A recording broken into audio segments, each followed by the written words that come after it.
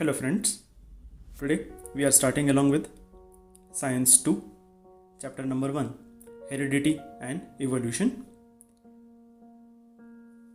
Marking scheme for this chapter is 3 marks without options and 5 marks with options.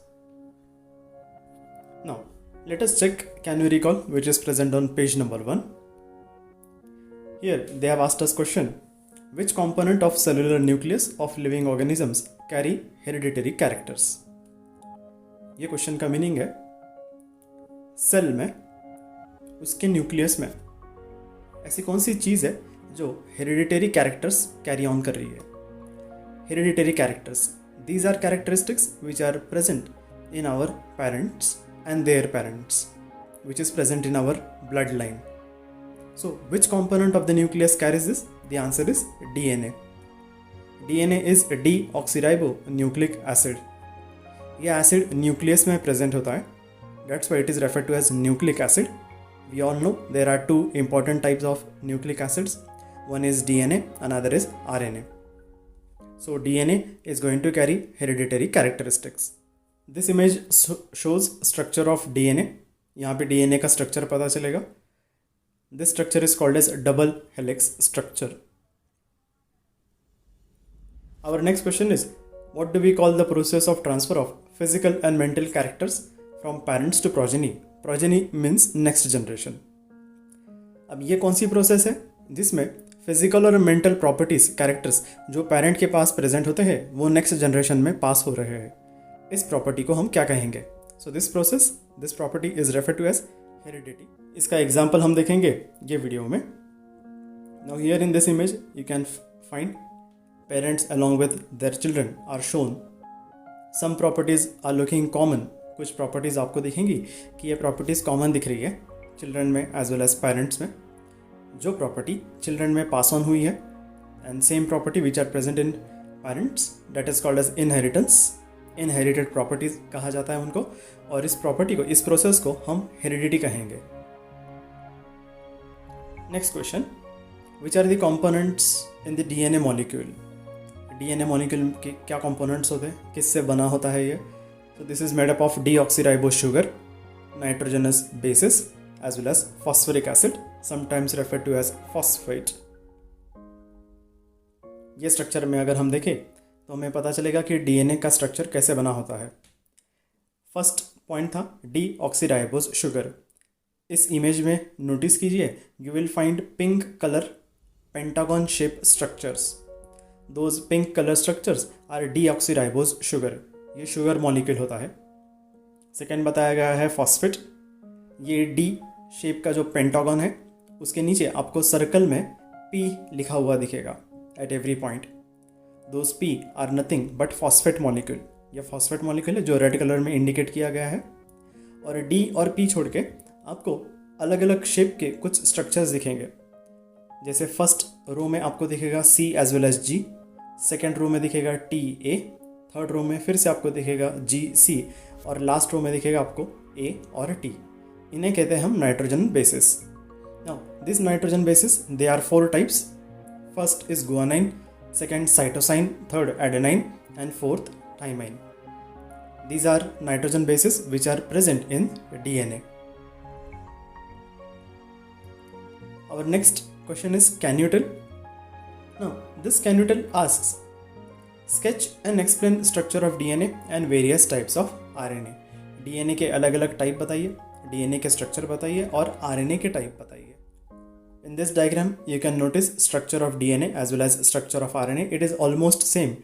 But if you notice on the left hand side, they have given components of DNA. DNA के components बताए गए हैं, cytosine, guanine, adenine as well as thymine. Last जो है that is thymine. Whereas same if you notice in RNA, RNA में अगर हमने notice किया तो शुरू के 3 सेम है, cytosine, guanine, adenine, but last जो नाइट्रोजन बेस है वो चेंज हो जाता है.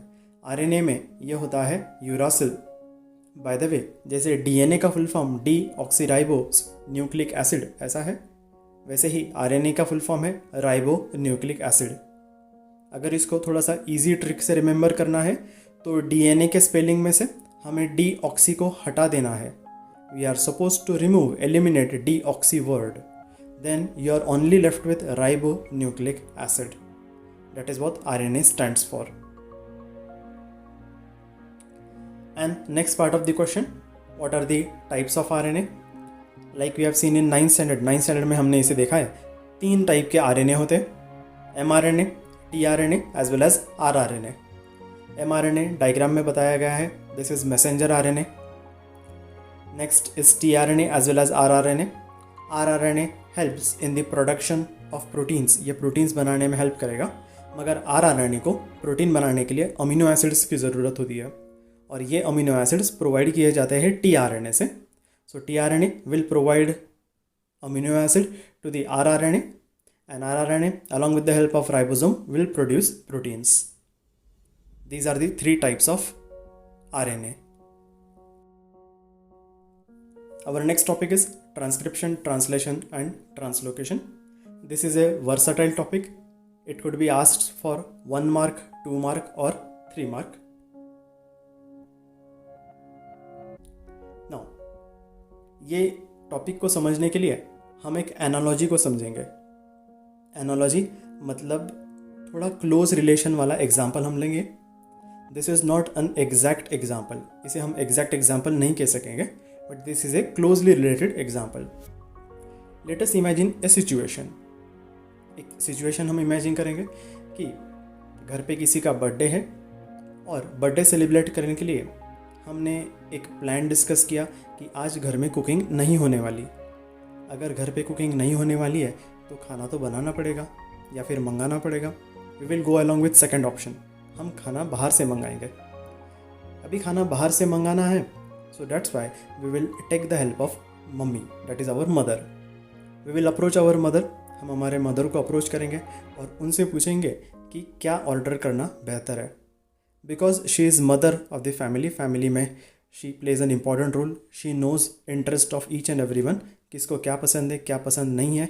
उस हिसाब से मम्मी हमें एक पूरी ऑर्डर बना के देगी. अब उस ऑर्डर को हम प्लेस करेंगे एक फूड डिलीवरी ऐप में. मान लो ये फूड डिलीवरी ऐप है स्विगी. इसे हम एक एग्जाम्पल के तौर पे कंसिडर करेंगे.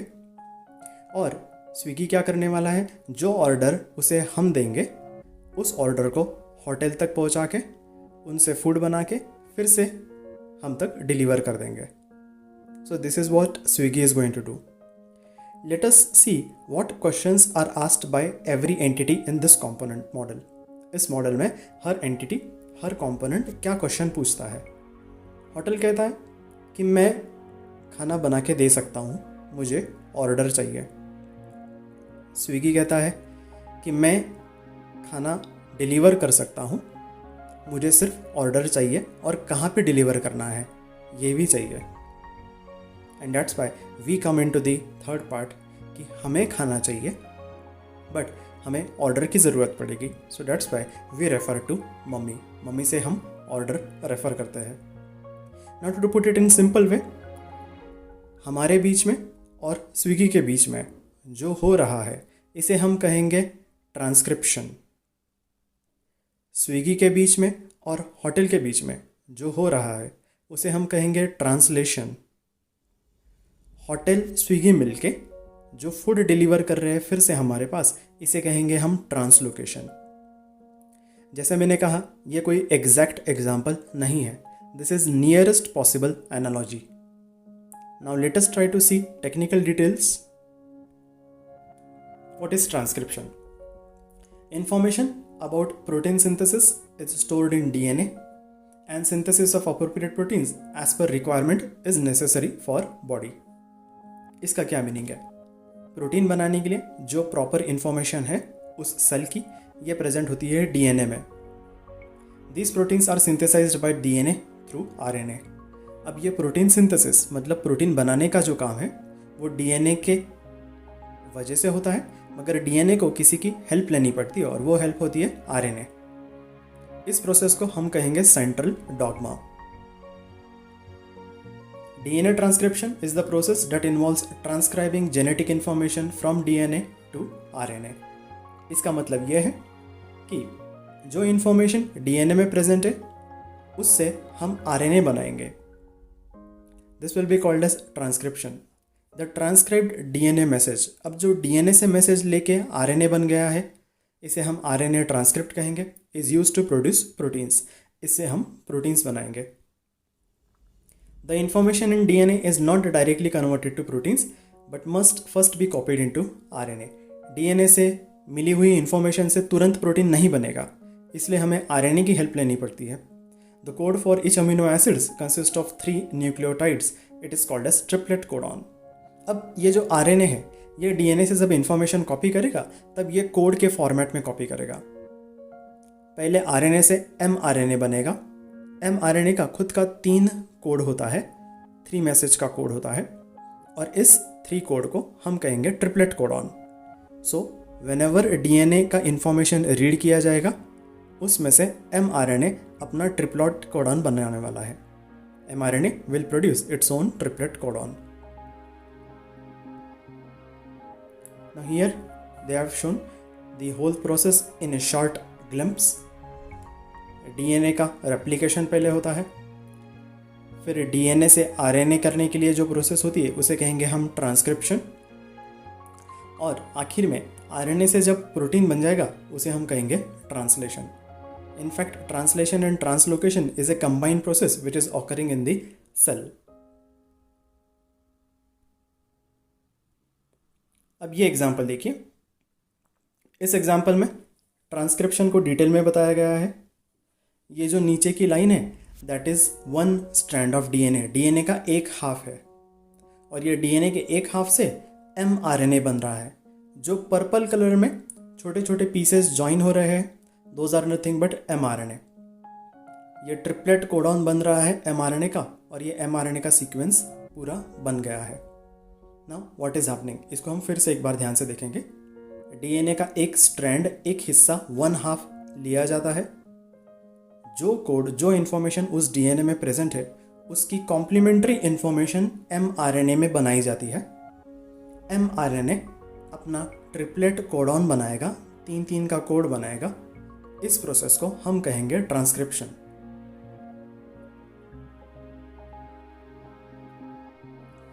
Next is translation.